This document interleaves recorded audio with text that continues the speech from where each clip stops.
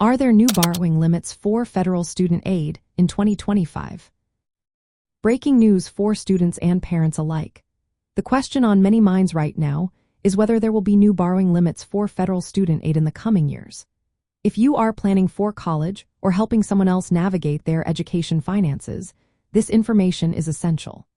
Recent legislation passed in 2025 has brought significant changes to federal student loan borrowing limits, set to take effect primarily on July 1, 2026. Let us break down what these changes mean for you. For parents looking to finance their child's education, the Parent Plus loan will now have an annual borrowing limit of $20,000. Additionally, there is a total aggregate limit of $65,000 per dependent student. It is important to note that this cap cannot be restored by simply paying down the loan or through forgiveness programs.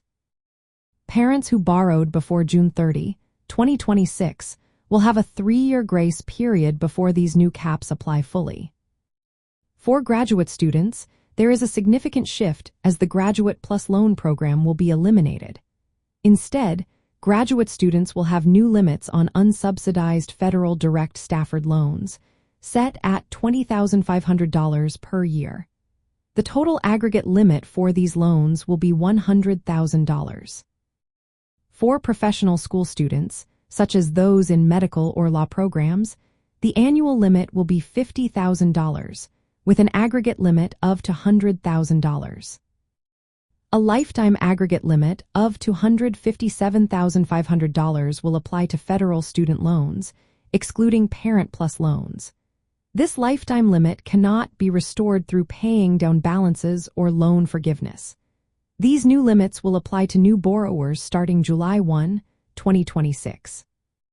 Students who are already enrolled and borrowing before that date will continue under the old loan limits for the expected remaining time to complete their credential or for 3 years, whichever is shorter.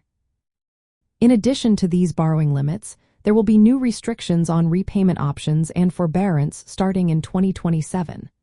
However, these changes do not directly impact borrowing limits. So, if you are planning for college expenses, it is essential to stay informed about these new borrowing limits and how they may affect your financial planning.